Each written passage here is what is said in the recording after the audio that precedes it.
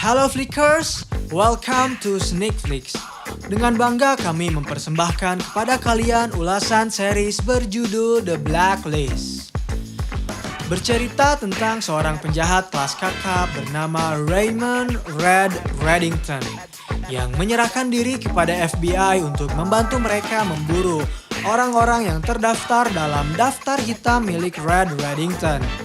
Daftar hitam itu berisi nama dan data dari para penjahat, koruptor, dan teroris paling berbahaya di dunia yang diburu dan yang tidak terdeteksi apapun. So, without any further ado, let's get into it. Scene dibuka oleh seorang wanita yang saat itu terlihat kebingungan mencari keberadaan anaknya setelah merasa anaknya telah diculik. Saat ia bertemu dengan seorang polisi, wanita itu tiba-tiba ditahan oleh pria yang mengaku sebagai saudaranya. Pria itu memberitahu polisi bahwa memang saudaranya sering merasa halu. Karena mencurigakan, polisi tersebut meminta pria itu untuk tak membawa wanita yang terlihat kebingungan. Namun apa daya, polisi tersebut tiba-tiba dibunuh dengan cara ditembak oleh pria yang mengaku sebagai saudaranya. Setelah itu, pria tersebut membius wanita yang baru saja kabur hingga ia tak sadarkan diri. Dan inilah The Cyprus Agency, Blacklister nomor 64 dalam daftar hitam milik Reddington. Lalu scene memperlihatkan Tom dan Elizabeth Keane yang sedang membahas tentang anak adopsi mereka. Mereka berdua bisa begitu jelas melihat calon janin yang telah dicetak berdasarkan hasil USG. Demi menjaga kesehatannya, Elizabeth tiba-tiba berjanji bahwa ia akan beristirahat sejenak di dalam rumah dan meninggalkan pekerjaannya agar ia bisa lebih fokus mengurus anak mereka berdua. Mendengar hal itu, Tom sangat senang dan berharap Elizabeth bisa beristirahat dengan cukup. Kemudian scene bergerak. Saat itu Reddington sedang bertemu dengan Elizabeth untuk membahas rencana Elizabeth yang ingin mengadopsi seorang anak. Entah suatu kebetulan atau tidak, Reddington memberitahu Elizabeth bahwa list nama yang akan Elizabeth tangkap kali ini berkaitan dengan pengadopsian anak, The Cyprus Agency. Sebuah wadah perusahaan yang menjanjikan klien mereka mengenai kesempurnaan dalam mengadopsi anak. Mereka menawarkan opsi untuk memilih genetik terbaik bagi para calon anak yang telah dipersiapkan untuk diadopsi. Mereka menawarkan berbagai fitur dan pelengkap dalam setiap penyelesaian masalah. Owner mereka bernama Owen Mallory. Agensi Cyprus adalah bisnis penculikan. Mereka tak menemukan anak-anak untuk diadopsi, melainkan mereka mengambilnya dan memberikan kepada orang tua baru yang siap untuk mengasuh mereka. Mereka handal dalam memasukkan identitas dan kini Reddington memberi kesempatan pada Elizabeth untuk mencatat organisasi kriminal yang menculik bayi dari tangan ibu kandungnya. Lalu Reddington memberi sebuah berkas dari calon anak baru yang akan agensi Cyprus berikan kepada kedua orang tua bernama David dan Wendy Rowland. Elizabeth lantas langsung menghampiri David dan Wendy untuk memberitahu jika anak yang akan mereka adopsi merupakan hasil penculikan dari agensi Cyprus. Mendengar pernyataan itu membuat mereka terkejut dan bertanya-tanya apakah ini semua benar adanya. Karena tak mau terlibat dalam permasalahan di ranah hukum, mereka berdua memutuskan untuk menuruti permintaan Elizabeth agar mau bertemu dengan konsultan mereka yang bekerja pada agensi Cyprus. Di sebuah kafe, mereka berbincang selayaknya kedua orang tua yang ingin berkonsultasi. Namun, di tengah-tengah perbincangan, David ingin mengetahui tentang berita mengenai panti asuhan yang berada di Estonia. Karena tak mau ketahuan, agen itu langsung memberitahu David dan Wendy jika mereka berdua harus lebih banyak berbicara kepada pengacaranya di agensi Cyprus. Kemudian, ia meminta izin keluar untuk menelepon. Saat sedang menelepon, Ressler dan Elizabeth langsung melihat keberadaannya dan dengan cepat menyergapnya. Tetapi pria tersebut ketakutan dan langsung berusaha untuk kabur. Ia memberitahu bahwa dalang dibalik semua ini adalah agensi Cyprus. Ia tak tahu apa-apa. Namun tak lama kemudian dirinya harus tewas setelah tertabrak oleh sebuah bus. I'm sorry. The truth is the Cyprus agency is... Lalu scene bergerak pada Reddington yang menghampiri agen Malik. Saat itu agen Malik telah sempat diwawancara oleh orang suruhan dari Reddington. Namun karena Reddington ingin mendengar sendiri pernyataan dari agen Malik, ia lalu bertanya tanggapan agen Malik tentang pengkhianatan tersebut. Rupanya agen Malik pun dijebak. Ia memberitahu bahwa untuk masuk ke dalam lokasi hitam FBI dengan cepat, maka Garrick membutuhkan denah lokasinya terlebih dahulu. Dan semua itu ia dapatkan secara tak mudah. Malik hanya mendapat wewenang untuk melakukan proses negosiasi. Tapi ia tak pernah tahu siapa orang yang telah memberinya wewenang. Apabila Reddington membunuhnya kali ini, maka hal tersebut akan percuma. Karena pada akhirnya Reddington takkan mendapatkan apa yang ia cari. Namun, apabila Reddington melepaskannya, ia berjanji akan mencari sendiri siapa dalang di balik ini semua. Karena cukup percaya dengan perkataan agen Malik, Reddington lalu melepaskannya dan meminta dirinya untuk menutup mulut terkait kasus ini. Kembali pada agen FBI. Setelah mendapatkan bukti, Elizabeth dan Ressler langsung menghampiri kantor agensi Cyprus untuk melakukan investigasi. Owen selaku CEO dari perusahaan tersebut langsung meminta klarifikasi terhadap apa yang sedang terjadi. Ressler menjelaskan semuanya dan Elizabeth meminta kepada Owen untuk menghentikan segala jenis program yang sedang mereka jalani selagi masa investigasi masih berlangsung. Tak mau disalahkan begitu saja, Owen meminta kepada agen FBI untuk memeriksa cabang lain apabila mereka menemukan kesalahan di perusahaannya. Setelah berhasil mendapatkan beberapa berkas dari agensi Cyprus, mereka langsung membawanya ke lokasi hitam dan membahas bersama Cooper.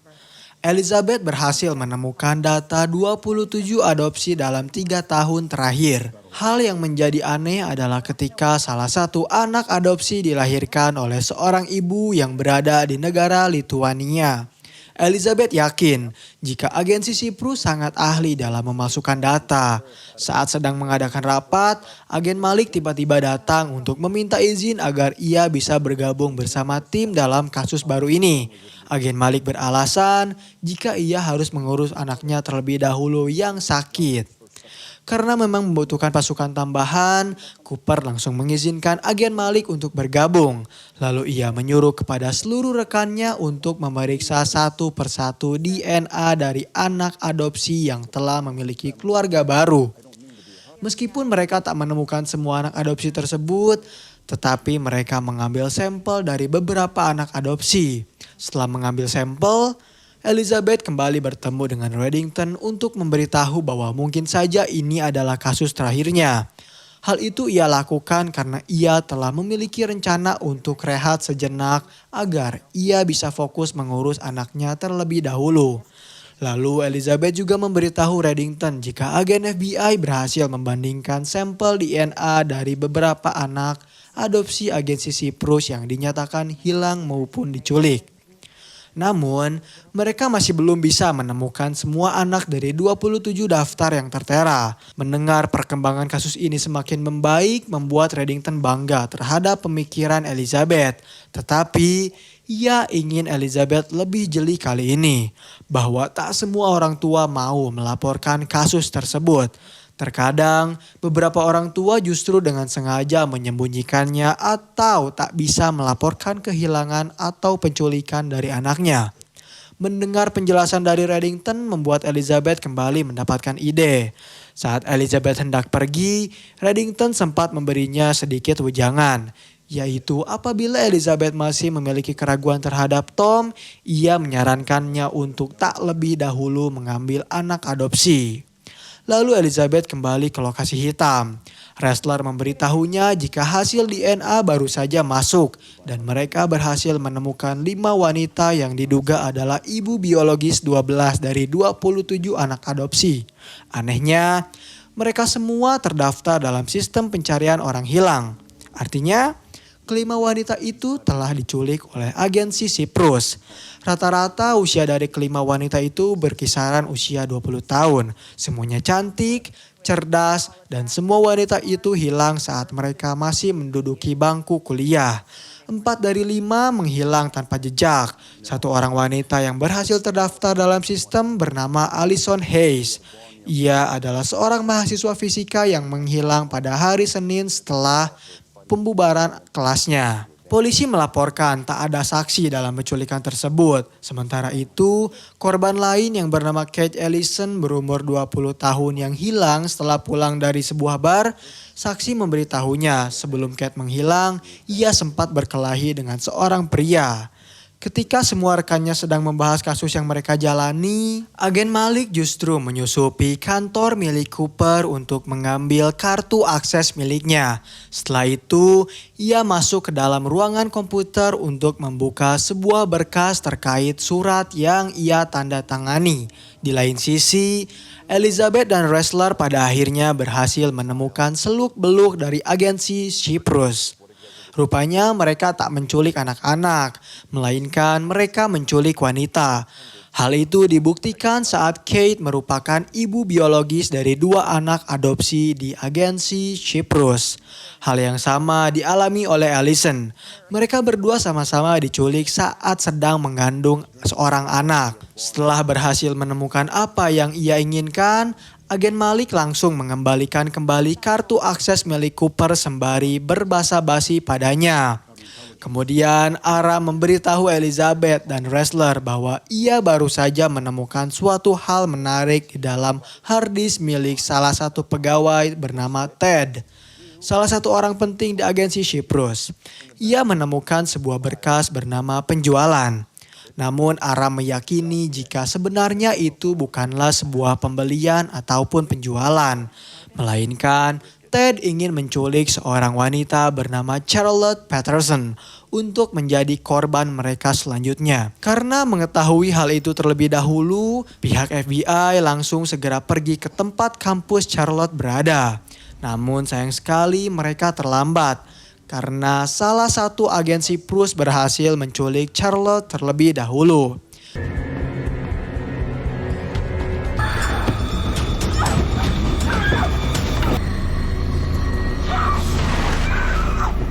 Meskipun mereka berusaha untuk menghentikan Van yang menjadi alat penculikan, tetap saja mereka berhasil membiarkan penculik tersebut lolos.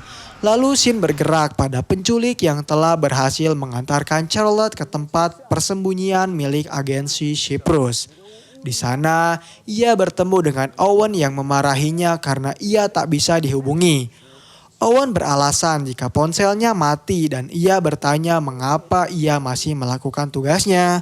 Padahal saat itu agensi Cyprus sedang diperiksa oleh FBI. Karena tak mau mengambil resiko, Owen justru membunuh penculik tersebut saat ia hendak memperlihatkan keberadaan Charlotte. Kembali ke lokasi hitam. Cooper ingin semua anak buahnya untuk mencari bukti agar mereka bisa menjerat Owen maupun Ted Caldwell. Karena selama ini mereka masih belum bisa berhasil menemukan bukti untuk menangkapnya. Di lain sisi, Owen ternyata sedang berusaha untuk menyembunyikan setiap rencananya terlebih dahulu bersama salah satu dokter. Kemudian scene bergerak pada Elizabeth dan Ressler yang mendapat telepon dari pihak forensik yang baru saja menerima mayat atas nama Kate Ellison. Dokter mengumumkan jika Kate ditemukan tewas saat ia berumur 23 tahun. Hal yang membuat ia tak habis pikir adalah Kate tewas karena ia kehilangan banyak massa otot dan berusaha untuk bunuh diri. Terlihat juga beberapa bekas jarum yang membuat dokter berpikir jika Kate diberi makan melalui sebuah tabung. Tak hanya itu saja yang membuatnya terkejut. Ada hal lain yang membuatnya lebih terkejut ketika ia mengetahui Kate telah melahirkan beberapa kali. Sebenarnya Kate sangatlah sehat, dimulai dari asam folat, kalsium, serta zat besi yang terkandung dalam tubuhnya sangatlah tinggi untuk seorang wanita yang telah siap untuk dibuahi. Lalu tiba-tiba Elizabeth mendapat telepon dari Aram yang mendapatkan informasi bahwa ternyata Owen memasukkan identitasnya. Ia lulus di Universitas Harvard dengan nama Charles. Ia mengaku sebagai anak dari 2 orang tua yang kini tinggal di Bethesda. Karena menurutnya informasi itu sangatlah penting, Elizabeth dan Ressler lantas langsung pergi menghampiri keberadaan orang tua dari Owen. Setibanya di sana, Elizabeth menjelaskan semua bahwa Owen dengan sengaja mengaku sebagai anak dari mereka berdua untuk lulus dari Universitas Harvard. Mereka berdua terdiam. Mereka lalu memberitahu jika memang Owen adalah anak mereka. Tapi nama asli Owen adalah Michael. Mereka mengadopsinya saat Owen masih sangat kecil. Karena Owen berperilaku sangat aneh dan sering melukai dirinya sendiri, juga berusaha melukai orang tuanya, mereka memutuskan untuk tak lagi mengurusi Owen. Mendengar hal itu, membuat Elizabeth dan Ressler merasa iba. Keesokan harinya, Elizabeth bertemu dengan Reddington untuk meminta bantuannya mencarikan sebuah zat bernama hydroxypam. Kebetulan, Reddington mempunyai kenalan dengan salah satu bandar narkotika terbaik dari Cleveland. Saat itu, bandar narkoba yang bernama Russell itu sedang melakukan pesta. Namun, ia mengenali Reddington dan menyambutnya dengan baik. Ia juga mau membantu Reddington mencari informasi tentang hydroxypam. Usut demi usut, ternyata Russell memiliki akses pada beberapa apotek yang menjual zat tersebut. Saat mereka memeriksa satu persatu dokter yang bertanggung jawab, Russell terheran ketika ia melihat nama dari seorang dokter kesuburan. Lantas, Elizabeth pun mulai mencurigai dokter yang bernama Hartley itu. Mereka kemudian kembali menghampiri kantor perusahaan agensi Cyprus untuk bertemu dengan Dr. Hartley. Namun, Dr. Hartley yang saat itu sedang bersama Owen meminta kepada anak buahnya untuk memberitahu agen FBI jika Dr. Hartley baru saja keluar tadi sore. Tak percaya dengan hal itu, Elizabeth beralibi ingin memeriksa tempat ini terlebih dahulu. Di saat Elizabeth sedang berjalan, anak buah Hartley tiba-tiba berusaha untuk menembaknya. Beruntung, Ressler berhasil menahan tembakan tersebut. Kemudian Elizabeth mulai mencari keberadaan Dr. Hadley yang saat itu menembakinya untuk berusaha kabur.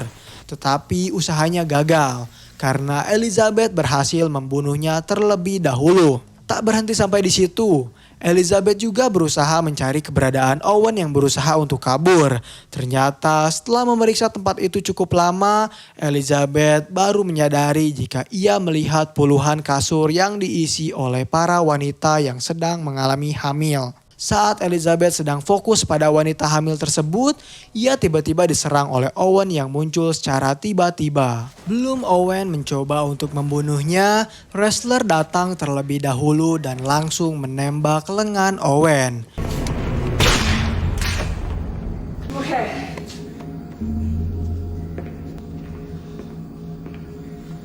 Kemudian mereka mulai memanggil pasukan untuk mengamankan setiap wanita hamil yang sedang berada di ruangan itu. Diidentifikasi dari puluhan wanita yang berhasil diamankan, terdapat nama dari Kate dan juga Allison. Setelah itu, Elizabeth langsung menginterogasi Owen untuk meminta penjelasannya. Ternyata Owen pun mengalami hal buruk semasa hidupnya, di mana ia pernah menjadi anak yang tak pernah diinginkan oleh orang tuanya. Namun sekarang ia cukup bangga karena separuh dari dirinya telah berhasil disebar ke seluruh penjuru negeri. Awalnya Elizabeth tak menyadari perkataan Owen, tetapi saat ia mencernanya dengan baik kembali, barulah ia tersadar jika Owen adalah ayah dari seluruh anak yang berhasil diadopsi oleh orang tua baru mereka. Karena merasa trauma dengan perkataan Owen, saat Elizabeth kembali ke rumah, ia memberitahu Tom bahwa dirinya memutuskan untuk membatalkan pengadopsian anak. Elizabeth beralasan jika mungkin saja dirinya masih belum siap untuk menjadi seorang ibu. Terlihat ekspresi kekecewaan yang diperlihatkan oleh Tom saat ia mendengar hal tersebut. Dan scene terakhir di episode ini menampilkan Reddington yang tengah terdiam di kegelapan dengan lantunan musik. Tak lama kemudian, pemilik rumah datang yang ternyata itu adalah Diane. Diane terkejut dengan kehadiran Reddington, namun ia tahu apa yang Reddington butuhkan. Ternyata selama ini Diane sendirilah yang mengkhianati FBI dengan cara bekerja sama dengan Garrick. Reddington memberitahu bahwa ia dan Fitch memiliki sebuah kesepakatan. Fitch melakukan tugasnya, begitu pula dengan Reddington. Tetapi kini dirinya tak memiliki kesepakatan apapun dengan Diane. Dan sekarang Diane berhak untuk tewas. Kemudian Reddington menembak Diane beberapa kali tanpa keraguan hingga ia tewas. If you so much as lay a finger on me, you can't. Worthless to the bad guys. I know the truth.